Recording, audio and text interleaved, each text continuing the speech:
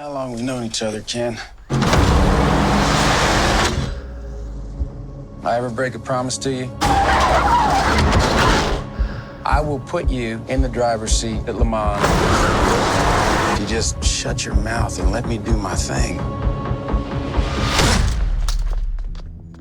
All right. Come here. Morning, Shelby. Morning, Molly. I'm yours. I'll go to hell.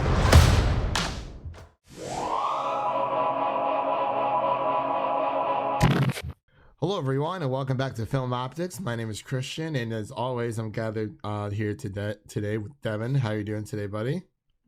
Not too bad. How about you? I'm doing pretty good, man. I just got out of the movies seeing Ford v Ferrari. It was definitely very interesting. I liked it a lot. It did run a little long for me, but we'll get into that here in a little bit. Everyone, we are going to be reviewing Ford v Ferrari and as well as Charlie's Angels, the new Charlie's Angels. This is going to be more of a double feature review since these were the only two movies we really cared about seeing this weekend. I think we might agree on one, and then we might have a bit of a disagreement on the other. We'll see. Yeah. So that will be very interesting to dive into. And before we get into today's reviews, you can listen to the Film Optics on Spotify, Apple Podcasts, Google Play, Stitcher, and Anchor. And you can also follow us on Twitter at Film Optics. Optics is spelled Optix. So let's just dive in. We'll do Ford v Ferrari first, and then we'll get into Charlie's Angels for a little bit, get our feet wet for a second there or two, and then we'll just wrap it up. So let me just read the synopsis here for Ford v Ferrari. American car designer Carroll Shelby and driver Kim Miles battle corporate interference, laws of physics, and their own personal demons to build a revolutionary race car for Ford, and challenge Ferrari at the 24 hours of Le Mans in 1966. So this is a big boomer movie. Oh, it's the ultimate boomer movie. Ultimate boomer movie. It's boomer bait. Boomer, yeah, literally midway boomer bait. This boomer bait. What Terminator, Dark Fate, boomer bait for sure, absolutely. And this is directed by James Mangold and writers John Henry Butterworth and Jez Butterworth. What names? Yeah, I know those last names. I've never heard those last names before. And stars Matt Damon, Christian Bale, and John Bernthal, as well as our boy Noah Jupe from Honey Boy. So I was very excited to see him in that as well. AMC's getting that next week, apparently. Oh, are they really? I'll definitely have to. Yeah, we'll definitely have to review that because I want to see it again. So I guess Devin, he was also in A Quiet Place as well. Yeah. Oh, that's right. He was. Wow. This is a great year for Noah Jupe. Kid actors are really booming. To pile up the roles. They're booming, man. It's crazy. They're out there. They're taking care of business. Same thing with what's his name from Good Boys? He was in Dr. Sleep as well. Jake, I forgot his name. Jacob Tremblay. Jacob Tremblay. There we go. Jacob Tremblay. So let's just dive right in. So what were your initial thoughts about Ford v Ferrari when you saw the trailer? It feels like I saw the trailer like a long time ago. It feels like they've been like pushing it for a while now. I don't know when it actually released, but there were also like 3 or 4 different trailers too, which was kind of weird. They all had different like feels to them. They all felt like they were different genres. Yeah, and given how long this movie was, it's 2 hours and 30 minutes. They probably kind of just took little snippets from each hour, each 30-minute mark. It's like, okay, we're gonna make this trailer, this trailer, this trailer. But I do agree with you there. It does feel like this. It feels like this movie came out a while ago. And that kind of like, it didn't concern me, but I just like, I knew it was coming up and I was like, is it out in theaters yet? Or is it just kind of just, not, but it snuck up on us this weekend. So really glad I actually went to go see it. I was looking to see something a little different. It was either that and binging on some Disney Plus, but I wanted to go to the movies and check out both Ford v Ferrari and Charlie's Angels. But yeah, so what were your initial thoughts after you like walked out of the theater? Well, the first thing I texted you was that I said I felt like the longest movie I've ever seen, just because Pacing was very slow, wasn't it? It felt like I was in that chair for 5 hours. It really did. It was really weird. For a second there, I thought I was gonna doze off, and I was like, I definitely dozed off a couple times in the middle. That middle section was just, it was so. It was rough. Yeah. It really was. Yeah. And I didn't want to look at my watch at all because I knew it was 2 hours and 30 minutes. I'm like, if I keep looking at my watch, it's just gonna go by slower. But I really like, the world building and everything. Like it was a very nice grounded story. That's what I really appreciated about it. I really think that in the beginning, the world building was really well done, and it felt like it was important. Yeah. And then in the middle, they just kept building and kept building.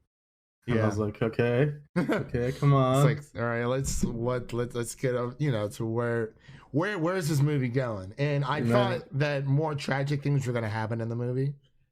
And even the ones that did, they just didn't play it emotionally well. They didn't play it for emotion. Yeah. And I think what I really enjoyed was the relationship between Matt Damon and Christian Bale. Yeah, the acting all around was just really good. Yeah. I think Christian Bale especially was amazing. It was kind of weird seeing him be someone that charismatic. He's usually kind of either a brooding guy or kind of not as energetic and charismatic. Yeah. He's usually more evil.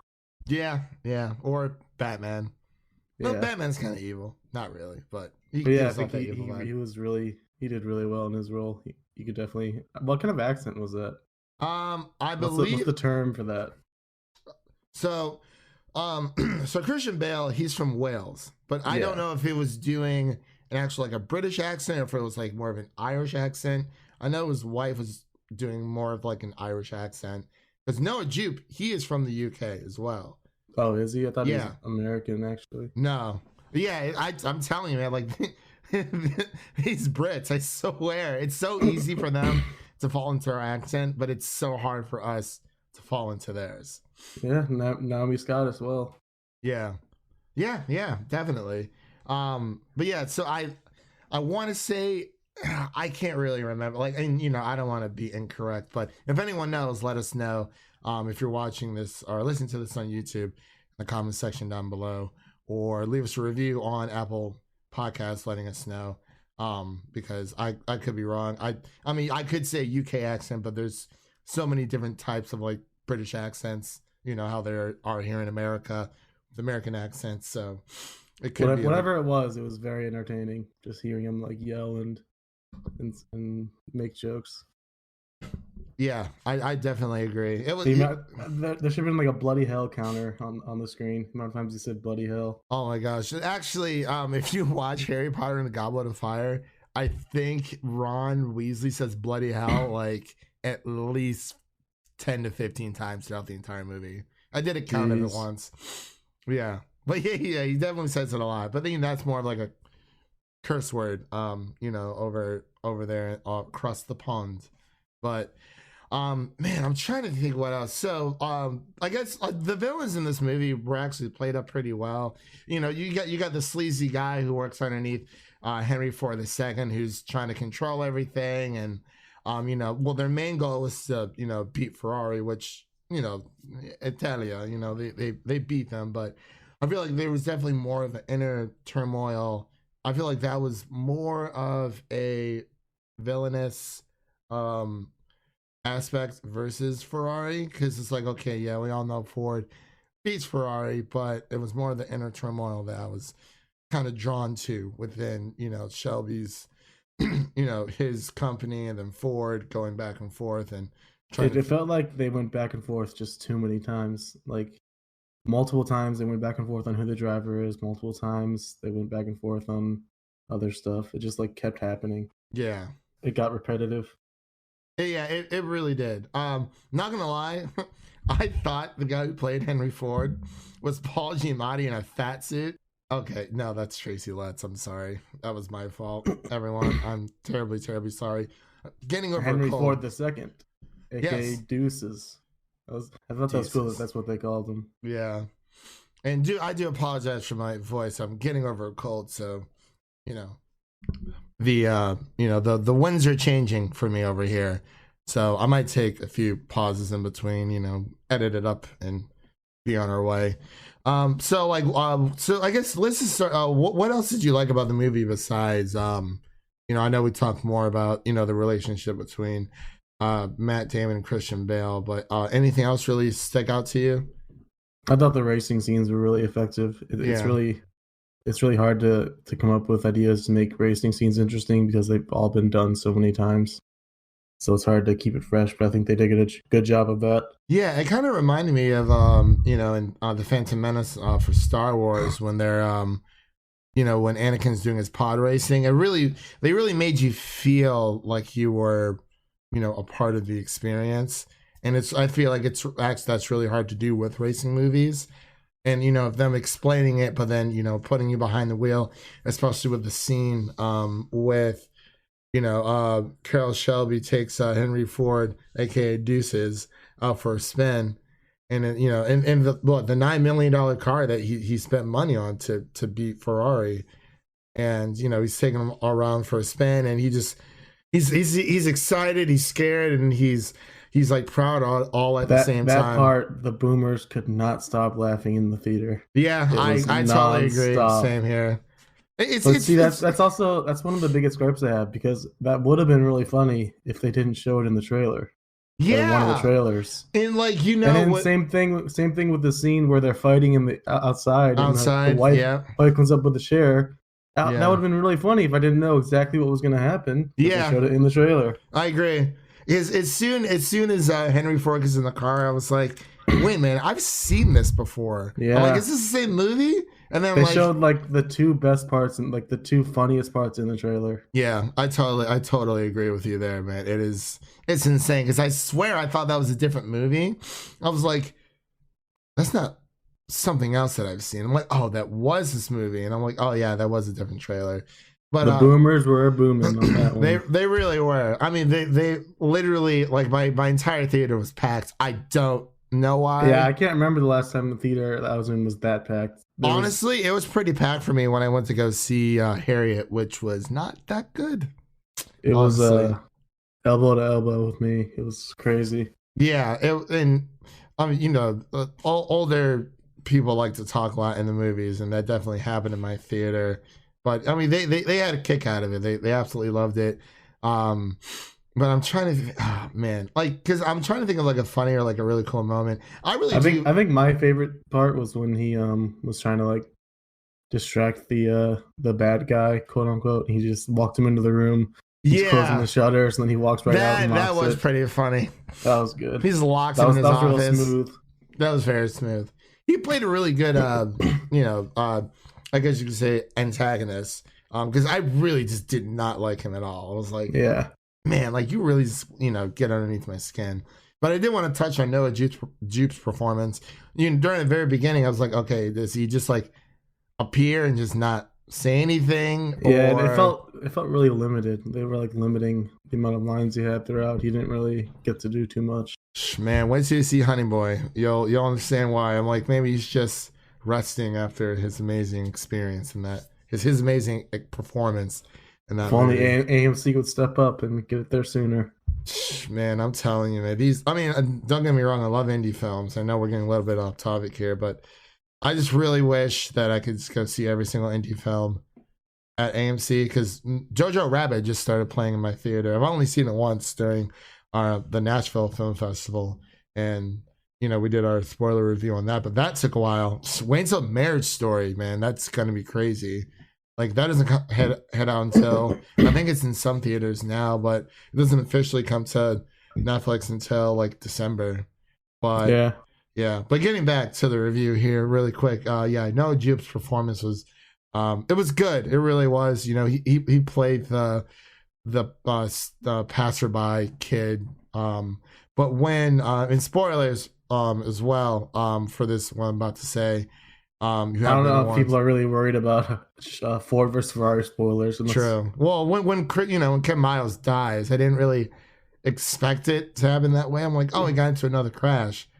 Because like he's got into a crash before, but I thought he was gonna get into a crash during the 24-hour race during Yeah, Le Mans. it felt like there was like 3 or 4 different endings. It just kept just kept happening. And I understand with longer movies, you kind of want to put the epilogue in there as well, which is fine. But yeah, there was how many races were in this movie? Was it 3, 4? 3 or 4. 3 or 4, yeah. And I was like, okay, like I knew the the 24-hour at Le Mans was the big one. But I mean, like, he kicked ass. I mean, he was driving that race car, man. I was like, oh my god, like he was over 7,000 RPM. He was really handling that pretty well. I'm not gonna lie. But yeah, the death scene, it was off screen, which was pretty weird, I think. And then they just like didn't play to any of the emotion that they could have. Yeah, and just skipped to the next scene right after that. I was like, I guess he's dead. And it kind of like there's kind of a bit of a tension. I mean, this movie's been getting a really good score. I think it's like 99% audience rating and like a 95 critics. Like it's been getting very good reviews, and I could totally understand why. This is definitely one of the way more enjoyable biopics that I've ever watched. Because there's been a lot of duds out there, and they're just like, and this movie is very by the numbers. But I feel like that's okay because it's a biopic. I wasn't expecting anything like amazing or like all these crazy plot twists and turns to happen. You know what I mean? Yeah. Like, it is very by the numbers. It's, it is what it is. It's like, all right, it was, sorry. It was a good movie. And yeah, I really don't have any major issues besides the ones that we've already talked about. I guess I'll call it the last ending there where he was trying to get over the death 6 months later. Mm-hmm. He was talking to the other guy that they worked with, and the guy was just like, yeah, like the tall, lanky guy. Yeah, he was like, he just said he didn't get out of the car. I was like, okay, that was weird. Yeah, like his he was talking to Noah Jupe's character earlier. When he first gets into the crash where the brakes give out and that car just catches on fire. I was like, holy crap, he's dead. Like he's dead. And then, they're talking about like how often this has happened. And he's like, oh, he's like, he's like, your dad got out of the car, so it's fine. And then it kind of like made, because Noah obviously with his character was being cautious about like if this could happen again. And like, yeah, it did, but it didn't. I thought it was going to happen during the big race.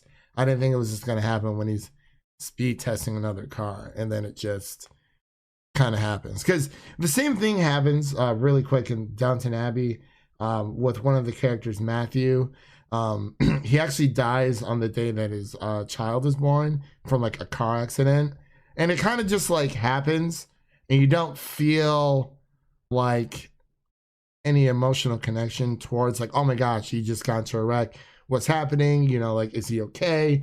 It kind of just happens, and that's how I feel. There's like no reaction shots either. Like, yeah, you get a glimpse of the character, then nothing. It just cuts to the next scene. Right. Yeah. It just ends, and then it kind of just goes into everything. And else. then they did the wrench thing again. They did that like 3 or 4 times. I was like, really? Back to the wrench. Like, I understand it's a kind of a funny little thing, but to do it like 3 or 4 times is just too much.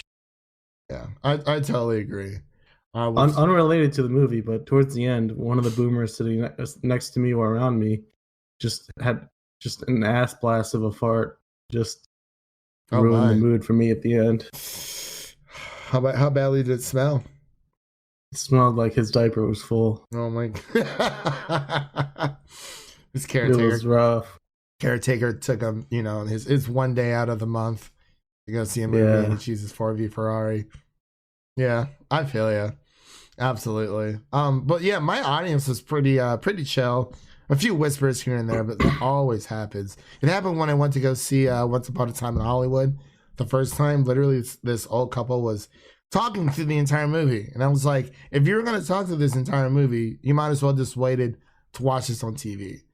Because I mean, I was gonna go see it a second time, but like I definitely had to go see it a second time because I couldn't understand what was going on. I don't usually get talkers too often, and farting is Farting is a rare, new but- one. Talking, that happens to Yeah. me all the time. Did you want to get into scores for this one really quick? Yeah, go ahead and give yours. All right, so for this one, I'm gonna give it a solid 78. I think it is a really good movie. I'm not much of a car person myself, but I really did enjoy the races. I enjoyed, as I've said, the chemistry between Matt Damon and Christian Bale. I thought they did a phenomenal job. Christian Bale's, you see, and I was going back and forth to see whose character was my favorite. And I think I've settled on Christian Bale. I don't know why. Maybe because we just share the same name. But Matt Damon did a really good job. Yeah, he was really good too. Yeah, so I'm definitely going to sell on 78 out of 100. What about you? I'm gonna go with a 71. That's what I was thinking when I got out. Overall, it was a really well made. It was pretty well written movie, and like I said before, the acting was all really good. Mm-hmm.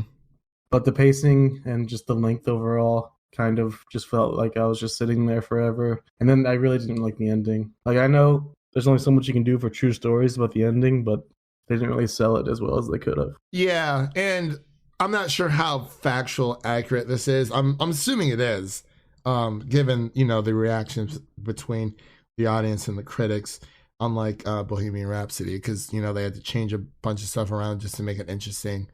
But if everything is as factual as it can be, and this is an indie movie, which is really good. It's not one of those big blockbusters, but yeah, it was a good time. Will I see it again? Probably not. If it's on TV or something, or if it comes on like a streaming service, yeah, I watch it again then. But I wouldn't go out. Watch it on Father's Day. Oh, definitely a dad movie. It definitely is a dad. Wow, man, killing it today. Definitely is a dad movie. Absolutely. It's gonna pop up on TNT or FX one day. Yeah, and Dad's just gonna be sitting there watching it. Right. I was gonna say ABC, but ABC is no more. It's Freeform. So, or FXX. It's another one. That one exists too. Forgot about that one, man. Or maybe TV Land. Definitely see this as a TV. No, not really. Maybe in like 50 years. But I guess let's just hop back into our Charlie's Angels review. I think women can do anything. Just because they can doesn't mean they should. But I have so many talents. It's like I'm powerful with a little bit of tender. I'm just a decoy stud. That's just the way you make me feel. Who steals humanitarian aid money? Outstanding Angels.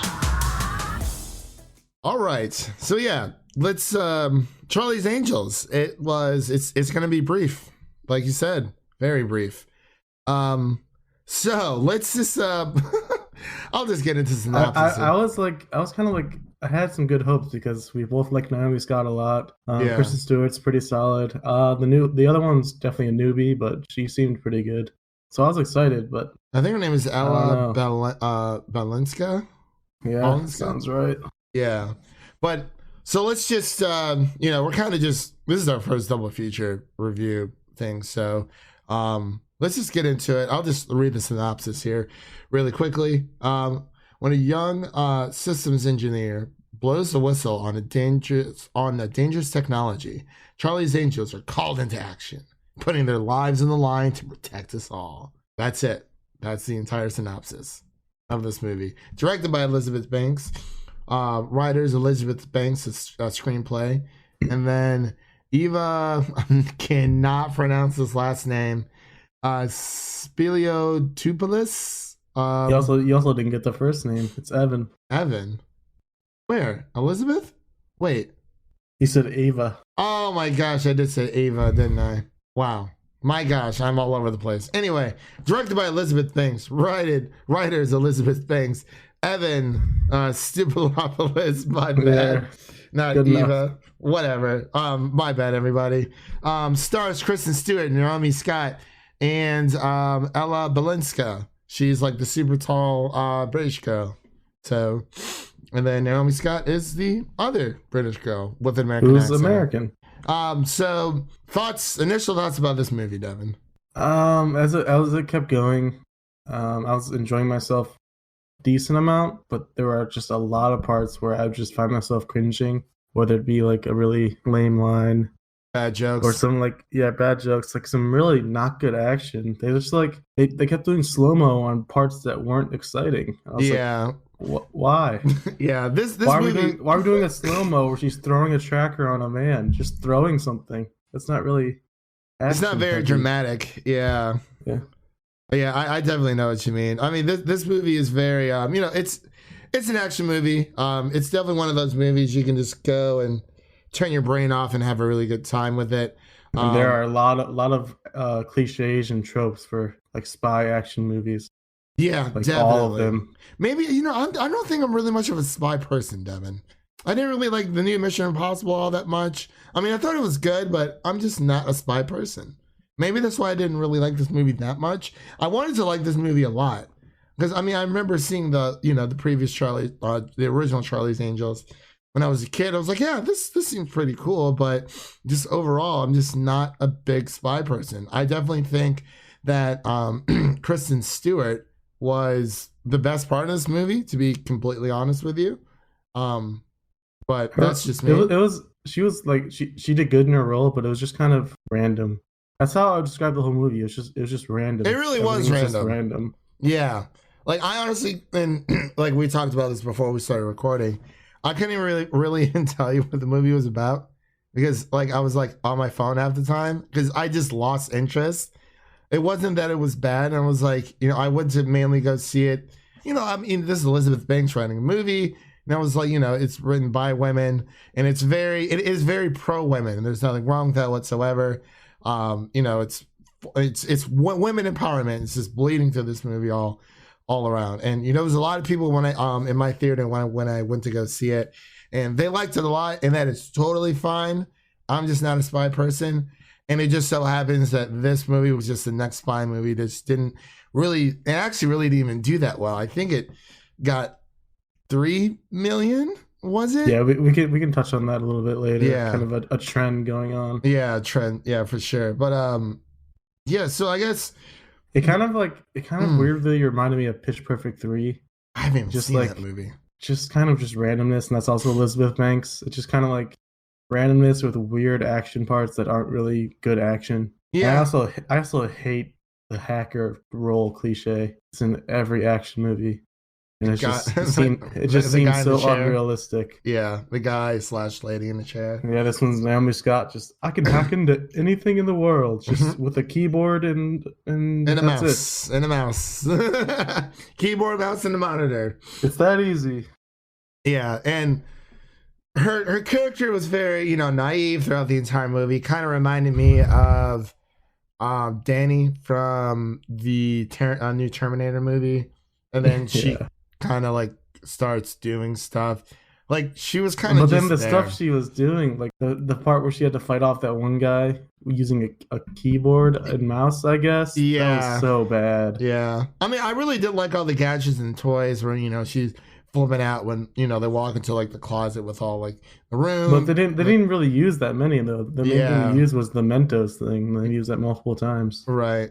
And I think honestly, the funniest line for me, or one of the funniest lines, is when Naomi Scott gets like her bracelet that has like her mic in it, and they're doing like a mic check, and it kind of reminds me of like of all of our friends. We're all on Discord, and then someone just is like breathing in or like talking to their mouth like way too much, and then Elizabeth Banks is like, you don't have to like talk straight into your mic. Yeah, and she was like, yeah, that was funny, but. I just don't have much to say about this movie, man. And then Noah Centineo being in it was just like, really, why? Yeah, I mean the Netflix king himself and Patrick Stewart. I think the Patrick Stewart part was it was too easy to see coming. Yeah, I think this movie was pretty predictable too. Yeah, to a T. It's just, and I hate ripping on it so much because. When it comes to movies about, women empowerment, I think that's a very important thing. for, you know, girls to go to the movies and see, you know, these women in these lead roles, for role models and inspiration, you know, as they grow up, because everyone has like a role model of someone that they love watching in the movies or on TV, as they grow up, you know, kind of relate to them, and, you know, and it gets them to be excited for, you know, their later projects. It just kind of fell flat for me, just overall. I really wish it was better, because I mean, this cast is overall really good. It's just, I think the writing was just very, at times was very, it was just like a dud. But I mean, everyone that I went to go see it with, you know, they laughed at all the jokes. You know, there's a bunch of women in the audience. They loved it. So I guess that's definitely all that matters to me. I think it would have been cool if they were able to get the early 2000s Angels to make an appearance, because they showed them a few times, like on screens and stuff. Yeah. But they never actually had a cameo. Yeah, that is very true. And then, like, at the end, while the credits were rolling, they showed, like, other Angels, I guess, trying to set up a sequel. That part was frustrating. Oh, yeah. I mean, like, Haley Steinfeld shows up, like, while the credits are rolling. Like, it would have been cool if she was in the movie, but yeah, she's just kind of here now, and it doesn't really matter. Yeah, it does. Yeah, I mean, I think she would have been really good in this role as one of the new Angels. To be completely honest with you. Yeah. But hey, I mean, it is what it is, and I don't know. It just was like, I mean, this is definitely not the worst movie I've seen this year, so that's really good. It's just it was random, like you said. I mean, anything else you wanted to touch on, or? I think that's it. All right, so what would you give it? I also really hated the bad guys, like almost all of them. It's not enjoyable. I agree. I mean, yeah, because even on IMDb, it's like the rating right now is like a 4.4 out of 10. And like, I mean, if they want to set up a sequel, it definitely has to redeem this one. I don't like movies that keep doing that, trying to set up sequels when you don't even have like the series established. Alita did it too. Yeah, like, that is very true. Yeah, it's just, you're just so cocky at that point that the movie's gonna pay off. So did Venom, but it's like, I think people forget that movies don't necessarily have to be good in order to make bank. Venom was not a good movie in my opinion. I also think it's a little different with post-credit scenes. Yeah, right. But like, I mean, I'm pretty sure they announced them working on a Venom 2 before the movie even came out. Or I might be getting my movies mixed up, but yeah, that definitely is a trend. And I don't like that. And we're like, oh, you know, we have a sequel in the works. It's like, well, slow your roll, bro. You know, we got to see how this movie does in the theaters especially with how these remakes are doing in the box office, which is the trend I was referring to. Yeah. That's three in a row. Three pretty big properties that kind of are bombing at the box office. Terminator, and Doctor Sleep. And Men in Black, honestly. Yeah, Men in Black tanked as well. Yeah. People are kind of talking with their wallets at this point. They're trying to tell Hollywood that they're tired of the remakes. Yeah. And the reboots. Yeah, the reboots definitely have to stop. And I get that Disney's doing it. I mean, obviously. But I mean, The Lion King just wasn't that good. I think the best live action remake Disney's done so far is Aladdin, and that also has Naomi Scott in it. So if you haven't seen it, it actually is pretty good. I liked it. But yeah, dude, it's this whole, you know, they're trying to bring back like, you know, like the late 80s, early 90s, early 2000s movies. You know, we have Bad Boys 3 coming out in like January, and usually movies in January don't do that well, or just the beginning of the year, first quarter of the year. It's just not a good look. I mean, I don't know how well that movie's going to do. I think they're making Coming to America too, which, I mean, I'll see how it is, which is fine. I'm trying to think if there's any other reboots in the work right now, because it's just not working. And yeah, and like, you know, we've said this before, like indies is where it's at right now.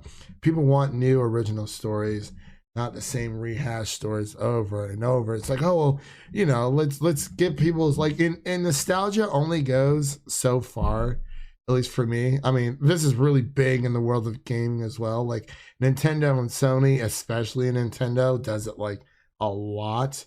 But it's like they just keep rolling off that dough. Same thing with Hollywood. It's like people are going to go see this movie, and you know what? Aquaman made like what, $1 billion. That movie was not good at all, in my opinion. It was just not good, and like that kind of just goes back to me saying movies do not need to be good in order to make a in order to be critically acclaimed. And I mean, look at Spider-Verse. You know, like, yeah, they had the teaser of there possibly being like a second Spider-Verse, but you know, it doesn't just like happen like a year or two later. It's also not the main ending. Like this from this movie, it was kind of like the main ending. Like it just kind of stopped, and then they went into that. Yeah, like if they wanted it to be a trilogy, they should have set it up as one. Or just like if they wanted to be a sequel, they should have. I think the sequel should have been more. It should have been executed better. I'm sorry, I'm trying to find the right words. I actually feel like the cringe counter for me was pretty similar between this and Aquaman. Like the amount of times I cringed was pretty close, probably. Yeah, not gonna lie. Honestly, I think those are the two movies between these past 2 years. I actually like just took up my phone and was just like messing around with it while the movie was playing, because I just wasn't that interested in it. And you know, the cast can only, you know, the actors can only do so much. Yeah, they all did their jobs. Like all the acting was solid. Yeah, they recited their lines. You know, they went through the script. Like they can only do so much. So it's like, you know, that definitely falls on the writing and the execution from the director as well. So it is what it is, man. I don't know. Did you want to get into scores? Yeah. All right. So, what would you give this bad boy, these Charlie's Angels, out of 100? I'll go with like, it's one of the lower scores we've both probably ever given, but yeah, it just wasn't anything special. It just wasn't that enjoyable. Yeah, I agree. I was actually gonna go with the 40 out of 100 because it just that might be an all-time low. I think so. Broke a record. Yeah. It just, you know, I'm on my if I'm checking my phone during the movie, and you know, if I'm not thinking about this movie like I was definitely checking my phone too. Yeah, like, and I'll definitely forget everything about this movie a week from now. Yeah, it's I feel like it's a really good rule of thumb. Like, if you're not thinking about this movie like a week after, then it just didn't really impact you that well.